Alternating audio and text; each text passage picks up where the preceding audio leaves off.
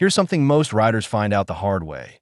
A bike can look absolutely perfect for you, feel great for the first half hour, and then quietly make you miserable for the rest of the ride. Not because of power, not because of handling, because of how it treats your body over time.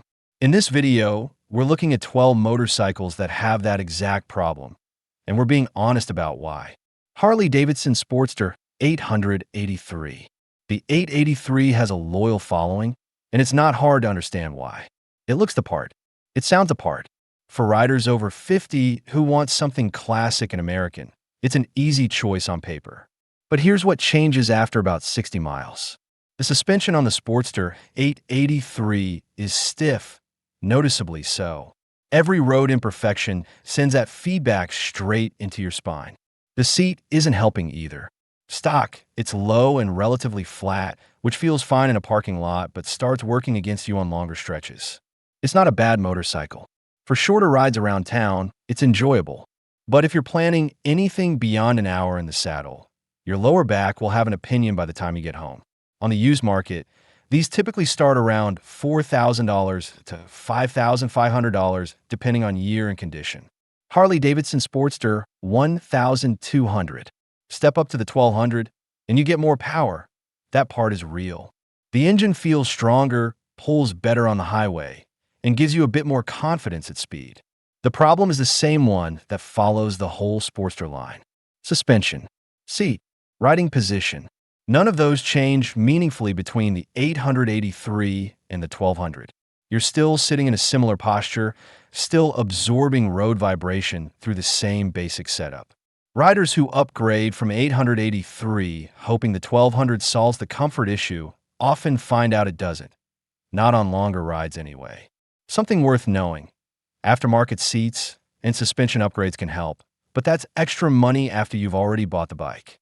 Used prices for the 1200 usually sit between $5,000 and $7,000, sometimes more for cleaner examples, the Harley-Davidson Iron 883. The Iron 883 is one of those bikes that photographs beautifully. Blacked out everything, low and aggressive stance, that raw stripped-down look that turns heads wherever you park it. And that's precisely where the problem starts. Everything that makes it look that good works against you physically. The seat sits low, around 25 inches, which sounds like a confidence boost, but the trade-off is a riding position that puts your legs at an angle that becomes uncomfortable surprisingly fast.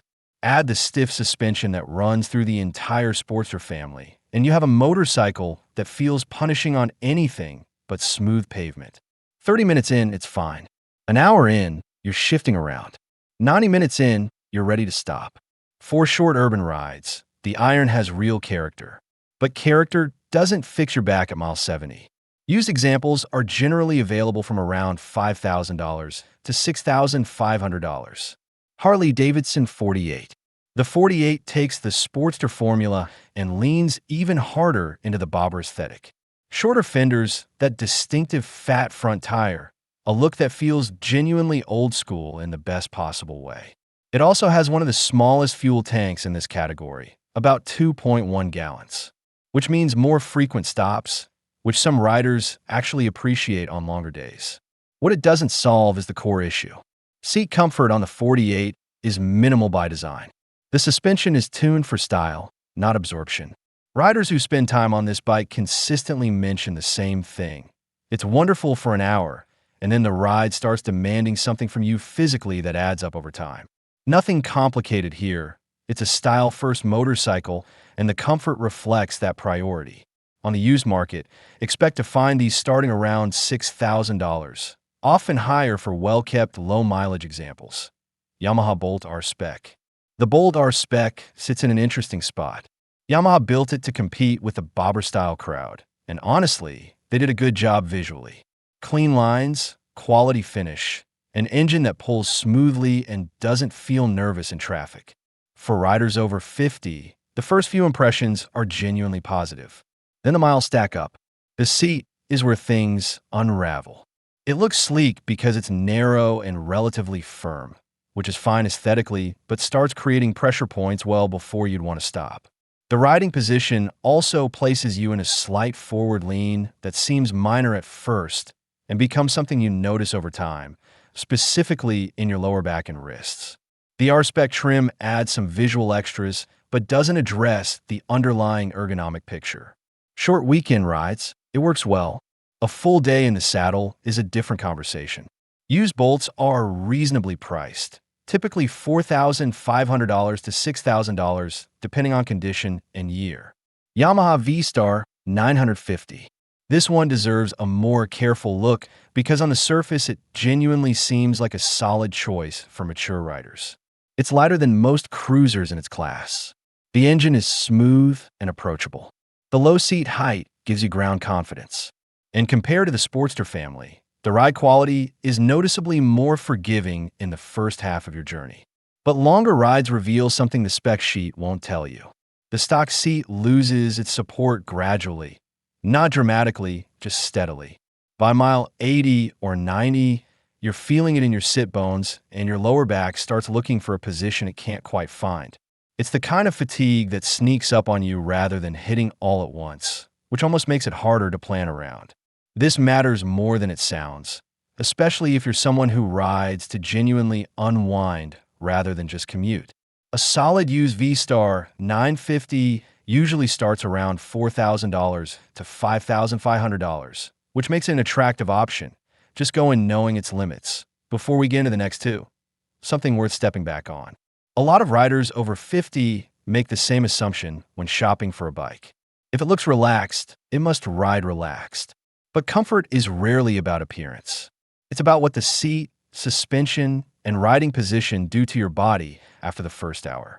Keep that in mind as we go through these next ones. Kawasaki Vulcan S.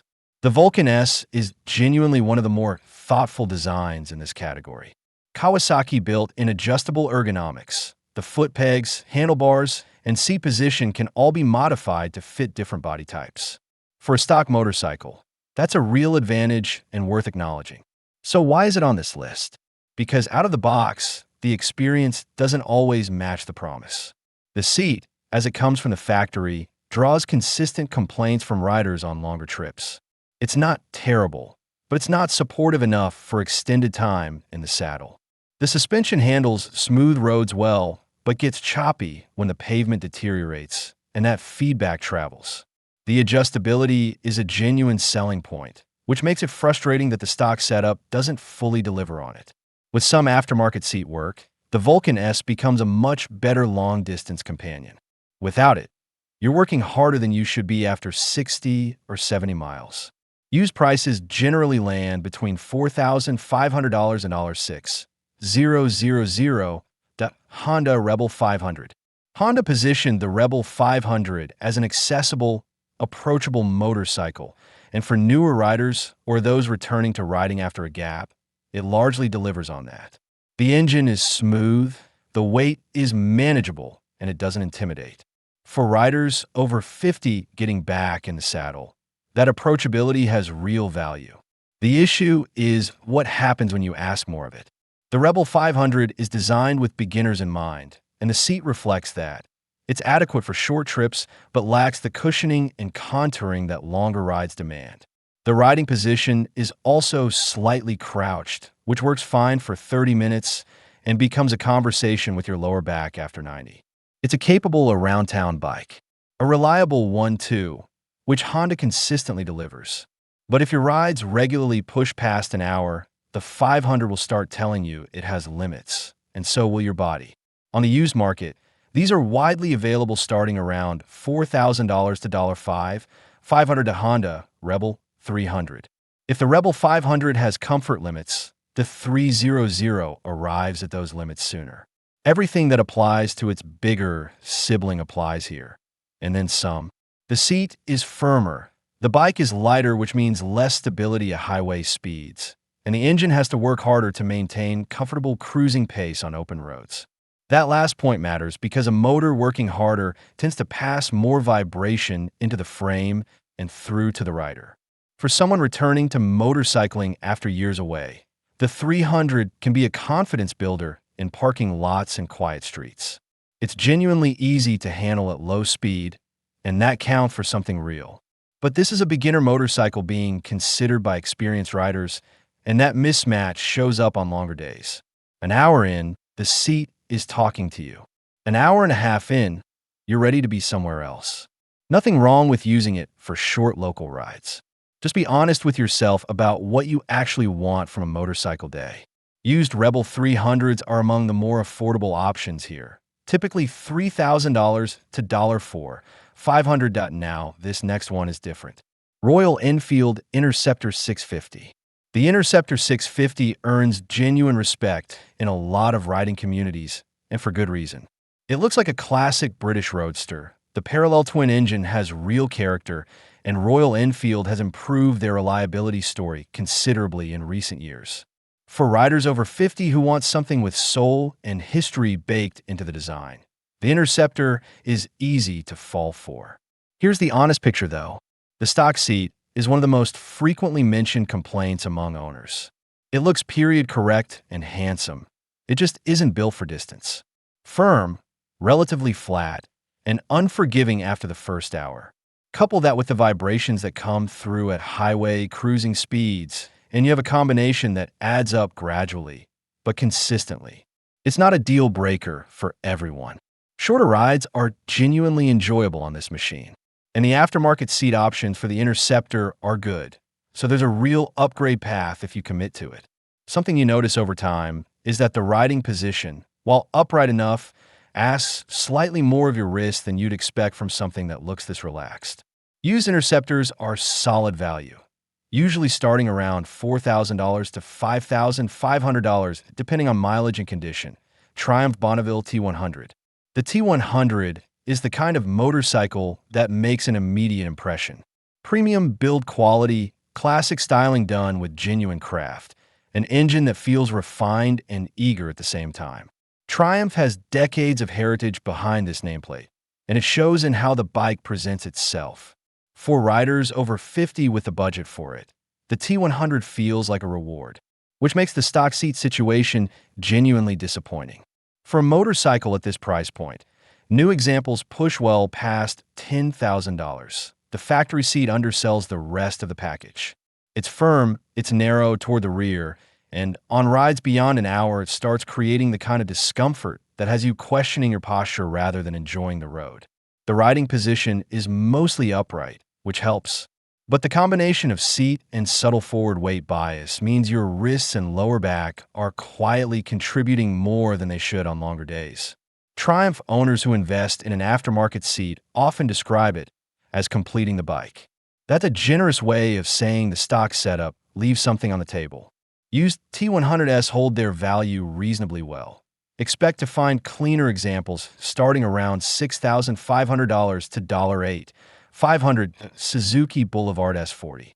The S40 closes this list, and it's worth ending here because it represents a different kind of problem than everything else we've covered. Most bikes on this list are uncomfortable because they're stiff or aggressive or styled into a corner. The S40 is uncomfortable for a quieter reason. It simply wasn't built with long distances in mind, and its lightweight makes that clearer the further you go. At around 380 pounds, it's one of the most manageable motorcycles you'll find. Low seat height, single-cylinder engine that's easy to understand and maintain, nothing intimidating about it at any speed. For riders who want something unintimidating to ride locally, it genuinely delivers on that promise. But take it on the highway for an extended stretch and the limitation surface. The engine is working at its ceiling, the seat offers modest support at best, and the overall feel is one a motorcycle doing its best rather than one built for that kind of riding. Nothing complicated here. It's a lightweight local bike priced accordingly. Asking it to be more than that leads to the fatigue this whole video is about. On the used market, the S40 is one of the more affordable options you'll find. Typically $2,500 to $4,000. So there it is, 12 motorcycles that look the part, but ask a real physical price after 60 miles.